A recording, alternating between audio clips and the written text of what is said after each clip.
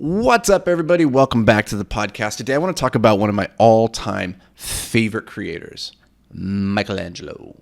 You know, if Michelangelo is alive today, I bet he'd have one dope Instagram feed, but he's not. And as a result, all we have are some amazing works that have stood the test of time, drats. And really, the only way to fully appreciate them is to go to where they are being kept and observe them. And one of the most remarkable things that he created was the statue of David. And I remember back in 2007, 2008, I had the opportunity to see David in real life, and it was a profound experience for a lot of reasons. One is it's so much bigger than you would even imagine it could be. It's massive. So that right there is interesting. But number two, it is the level of detail and understanding and mastery of like human anatomy and how the joints and the muscles come together and flow. It's absurdly realistic. And as a person who has no capacity for sculpting whatsoever, you sit there and you look at this thing and you're hit with the question, how is such a thing possible? How does somebody even make that? And sure enough, I wasn't the first person to ever wonder this. I wasn't the first person to even, ask Michelangelo this, but thankfully somebody did. And Michelangelo, his answer, I think, is one of those lessons that we can take and apply to our lives. He said, "It's simple. I just remove everything that is not David." And I love this idea of removing everything that David is not. And it's the same with when we think about our personal development and growing into our greatness, and we can feel that inside of us. We can feel this kernel of what's that greatest version of ourselves look like? And how would we get to that? Well, we would just shred away everything around us that is not that greatness. And this is a concept that's called addition through subtraction, which I've talked a lot about on the podcast before. Via negativa, which comes from Nassim Taleb, and this idea of studying the thing that is not. Is a really powerful way of moving forward in life. And often on our quest to unlock our inner greatness, I think we fall into a trap, which is to think that we need to add something into our lives that we're currently not doing. And so we start to look at habits like gratitude journaling or red light therapy, cold plunges. We start to try to find these habits that we're not currently performing and stack them on top of everything. And you know what? Sometimes that is actually what we need to be doing. We actually do need to introduce some new habits into our life. But in my experience, the first place to start that is going to pay the biggest dividends and propel you towards your goals the fastest is to not look at what do you need to start doing, but to start looking at what you need to stop doing.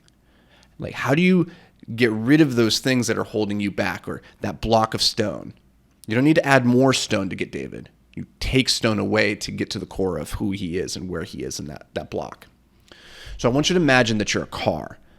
And if you're a car, then great habits are the accelerator. And yeah, we want to stack those on there because when you push on that gas, you're going to go faster. But bad habits are the emergency brake. And if we stack great habits on top of bad habits, it's like putting the pedal to the metal while having the emergency brake engaged. And that's not gonna do anything. All that's gonna do is it's gonna burn out the brakes. It's gonna burn you out because you're gonna be putting so much energy into this thing, and you're gonna go a little bit faster, but there's gonna be so much resistance there the whole way that eventually it's gonna fry you out. So before stacking new habits onto things, I think it's important that we look at what are we currently doing that is holding us back. And when I look at my life, at the habits that I had that I really needed to reframe in my own life, I come to three common habits that I think held me back for a really long time. They're things that I still have to struggle against because they're so ingrained deeply inside of me. And hopefully, these will resonate with you as well. So the first habit that we have to unlock or unwind or break is the scarcity mindset. The scarcity mindset is pervasive. As you move through the levels of life, whether that's in your job, your relationships, in your personal health, there's always this fear that maybe you could lose it all. You could go back, or maybe there's just not enough for you to progress to that next level. And what's really interesting about the scarcity mindset is that because we become fixated on like the potential of loss, we start to become closed to the opportunities that actually do present themselves in our life. And so what ends up happening then is our reality begins to mirror our beliefs. And I think this is a really important thing to keep in mind, is that any belief held strongly enough will eventually become true. And so you have to be really, really careful about what it is that you choose to believe. And in my world, I believe that there are only two types of beliefs. There are limiting beliefs and there are empowering beliefs. There are two sides to every coin, to every situation, to every relationship. And it is your job to not focus on the limiting side, but to turn that coin and look at the empowering side. Always look for the empowering solution. So that's number one, is the scarcity mindset. Now, one of the things that I find to be the cure to scarcity mindset, and this isn't like a one shot, one kill type thing. It's an ongoing process. It's to create a gratitude practice.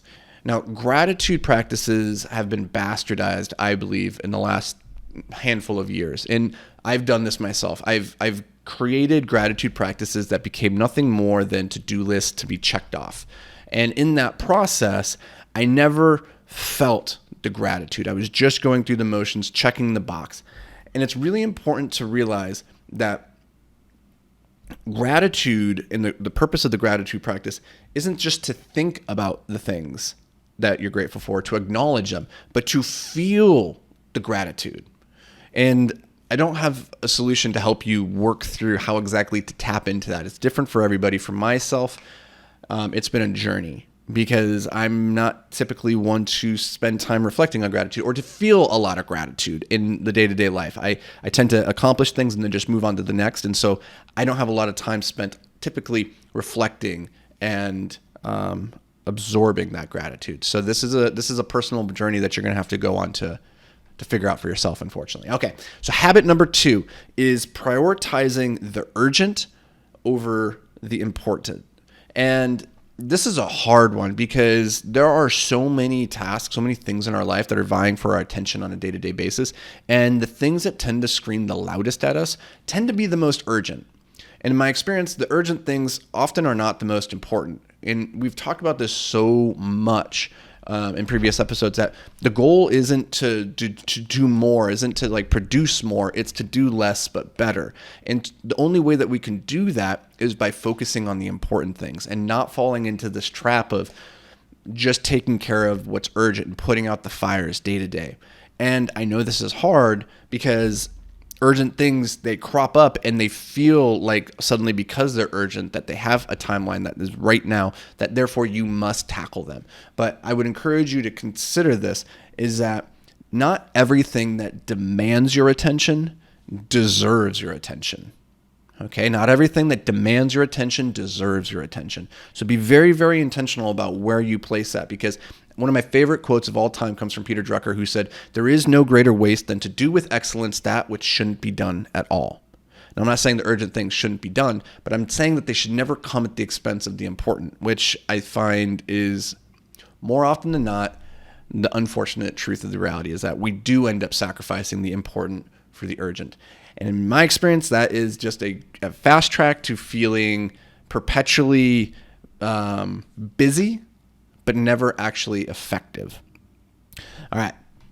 Habit number 3 is collecting dots, not connecting dots. So this one's really subtle, and a lot of people mistake it as a virtue. But when I say people are spending too much time collecting dots, what I'm really saying is that they're in relentless pursuit of knowledge. They're out there reading and consuming podcasts and watching videos, and they're going to courses and seminars and networking events, and they're consuming. They're acquiring more and more information. But what they're not doing is spending the same amount of time or equal or more on applying that information. And in my experience, it's very, very hard to get paid for collecting dots.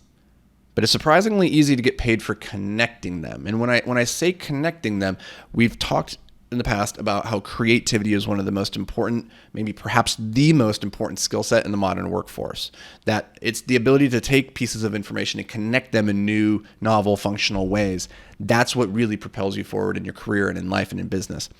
And so with that in mind, yes, we do need to be going out there collecting dots, but more important is what we do with that information and connecting them in meaningful ways.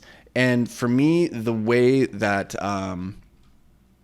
I make sure that I'm not falling too far into the trap of acquiring and not applying is I set time every morning for what I call my 3 to free. And during that time, I have a time blocked off specifically for doing, which is to say consuming less and creating more. That's my creation time. So making videos, writing blog articles or whatever. Like this is my time to take the dots that I've been collecting, because I do believe collecting dots is important. But then you have to do something with it. It's not just about acquiring them, it's about applying them. And so if you guys are interested in learning more on these 3 habits, I did an article for the Hyper-Focused Entrepreneur a while ago. You can check it out at anthonyvicino.com/bad-habits.